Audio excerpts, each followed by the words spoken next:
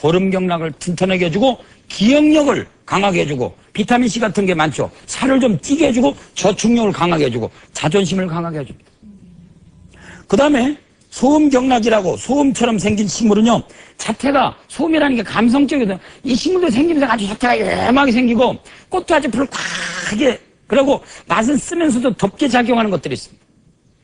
그러면서 몸을 덥게 하는 거, 대체적으로 난초, 그 다음에 부자 같은 거, 술 같은 것이 특별히 소음에 관계되는 거거든요.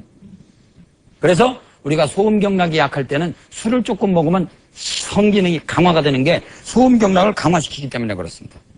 태음경락은 대체적으로 둥글게 생기면서 수분이 많은 거, 바나나나 칡같이 이 땅으로 이렇게 감초나 칡 같은 건 땅에서 올라가지도 않고 내려가지도 않고 땅으로 쫙 겨정기잖아요.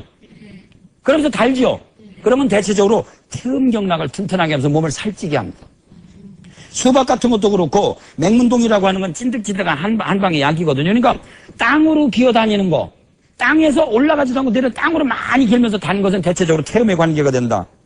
그 다음에 소양직이라고 하는 건 폭발되는 기운이거든요. 그래서 이 식물 중에서도 솜털이 유별나게 많다든가 잔가시가 많다든가 그래 맛이 쓰고 톡 쏘는 맛이 있다든가 아주 뭔가 이렇게 폭발적인 기운이 있는 것들이 민들레라든가 할미꽃이라든가 오수유라는 건 아랫배를 뜨뜻하게 하는 약이거든요. 담배도 일종의 쓰면서도 가벼우니까 넷째 손가락으로 하는 소양지기가 관계가 있다고 합니다. 그 다음에 양명지기는 매운맛하고 관계있는데 가시나무, 그 다음에 건조한 약 바나같이 몸을 말리는 거, 그 다음에 고추 같은 거, 후추 같은 거, 모든 매운맛은 대체적으로 양명지기가 있고 식물을 봐서 가시가 많이 달렸다. 그러면 양명기운이 많다. 몸을 좀 저걸 먹으면 몸이 좀 마르겠구나. 그렇지 않겠어요? 이치적으로 볼 때. 그 다음에 태양지기가 많다는 것은 아주 좀 사고 뭔가 이렇게 위축력이 강하고 미모사나 생쥐왕이나 특히 아까 얘기한 대왕이라고 하는 설사지제 같은 얘기를 했는데 대왕이나 생쥐왕 같은 건 몸을 차게 하거든요. 대왕이라는 것은 또 한번 얘기하지만 언젠가 말씀드렸는데 부자하고 대왕이라고 하는 것은 하나는 몸을 덥게 하고 하나는 찬다고 그랬거든요. 그러니까 태양에 관계되는 건 찬약을 얘기합니다. 그래서 우리들은 여섯 가지 체질이 자 크게 나누어서 태음에 관계되는 둥글둥글둥글하고 물이 많은 거, 그렇죠? 요거는 뭔가 아주 요염하게 생기면서 몸을 덥게 하는 거. 그 다음에 요런 것들은 덩굴식물에서도 맛이 신 거. 그 다음에 요런 것들은 가시가 좀 있으면서도 좀 매운 거. 산초나무도 가시가 있거든요. 산초나무, 산에서 제피나무 보면 가시가 있습니다. 그렇죠? 산초열매 나무 산에서 보시면 비타이즈인데 이게 이 배수가 잘 되는 데 있거든요. 요런 거. 그 다음에 태양이랑 몸을 차게 하고 아주 막 탈사를 시키는, 말하자면 생쥐왕이나 대왕 같은 약 같은 거. 그 다음에 소양이라고 하는 것은 솜털같이 좀 맛있으면서도 가벼운 것 같은 거, 담배 같은 거. 그러니까 사람을 보더라도 태음인이라면 무엇하고 짝이 되느냐 하면은 바로 여기서 양명하고 짝이게 되고 태양이는 소음하고 짝이 되고 소양이는 고름인하고 짝이 된다 이러죠. 그래서 다시 한번 요거를 헷갈리시지 않게 하기 위해서 여기다가 도표를 그려두면 태음은 단맛입니다. 단맛. 단맛에다가 물이 많은 것을 태음인이라고 합니다. 그러니까 몸 안에 물이 많은 사람이 단맛을 먹으면 되겠어요? 안 되죠.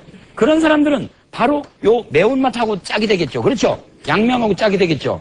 그 다음에 소음인이라고 하는 사람들은 맛으로 보면 쓰면서도 더운 겁니다. 쓰면서도 더운 거. 맛이 쓰면서 더운 거. 그러면서도 열이 많은 사람입니다. 열이 많은 사람.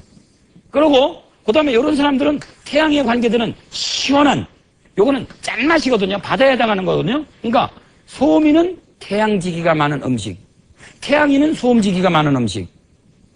그 다음에 고름이는 대체적으로 맛이 신맛에 관계되고 대체적으로 이런 사람들은 근육이 발달이 되어 있는 사람들이거든요. 근육질인 사람이거든요. 그래서 이런 사람들이 대체적으로 자존심이 강하고 근육질이 좀 발달이 되어 있는데 이런 사람 대체적으로 좀 발산지기가 많고 이건 쓰면서도 약간 폭발성이 있는 겁니다. 폭발성, 발산성이 있는 거. 대표적으로 여러분들이 기억하기 힘들면 담배라고 생각하시면 됩니다. 그래서 네 가지 체질론에 태음인과 소음인과 태양인과 소양인하고는 아무 상관없이 우리 인체 내에는 태음경락, 소음경락, 고름경락, 양명경락, 태양경락, 소양경락 6가지가 있다는 걸 기억하시고 다시 한번 반복해드리면 엄지발가락과 엄지손가락의 태음경락, 그런 사람들이 특히 뚱뚱하다면 제발 단맛 좀 피하고 물을 좀 많이 먹지 말고 좀 맵게 먹어라 이게요. 그 다음에 새끼손가락이 유별나게 발달이 되고 몸이 더운 사람, 그런 사람들은 좀 시원하게 먹고 과일 같은 거 많이 먹는 건 좋은데 너무 더운 음식 많이 먹지 말아라 이거요. 이런 소민이라고 하는 사람들은, 여기서 얘기하는 소민은 감성 리듬이 발달된 사람이거든요. 너무 쾌락적으로 살지 말아라 이거요. 너무 춤바람 나지 말아라 이거요. 거르민이라고 하는 사람, 가운데 손가락 길고 자존심이 강한 사람 좋습니다. 좋지만은 이런 사람들은요, 대체적으로 좀 목에 힘을 주기가 쉽고 너무 그 사람 경직되기가 쉽습니다. 그래서 그런 사람들은 대체적으로 좀 망각의 통로가 되어 있는 넷째 손가락을 강하게 자극해주고, 넷째 손가락이 많이 발달해서 좀 분노가 많고 성격이 급한 사람은 가운데 손가락을 자극해주고, 그래서 첫째 손가락, 첫째 발가락, 새끼 발가락, 아니 새끼 손가락, 그 다음에 가운데 손가락, 둘째 손가락, 둘째 발가락, 새끼 발가락, 그 다음에 소양인에 해당하는 넷째 발가락, 넷째 손가락.